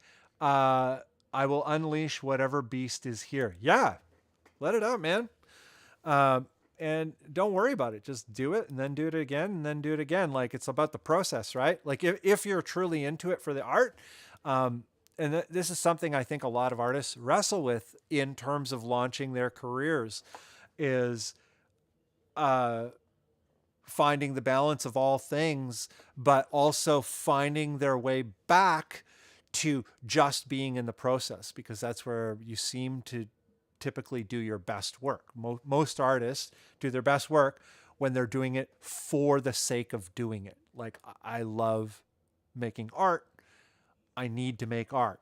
And And it just so happens the work that they make when they're in that frame of mind, in that process, in that whatever you want to call it, it seems that's what works the best. So yeah, get something, make something, and whenever it's done, just move to the next thing and make another thing. And don't worry about it so much, like just do the thing. I've gone back to that myself recently, and it's incredibly satisfying. I'm like, oh yeah, this is the thing.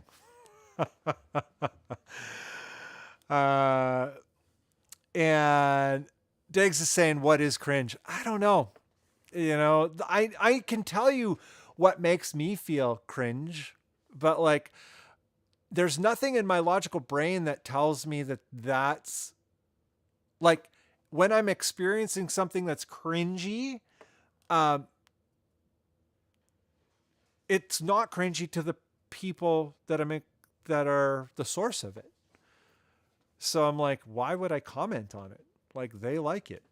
Let them like what they like. Like, that's the beauty of this world. It's like, it's the best thing about this world is that we can do, like, people can be who they want to be and do whatever they want to do. Like, expression is everything. It's amazing.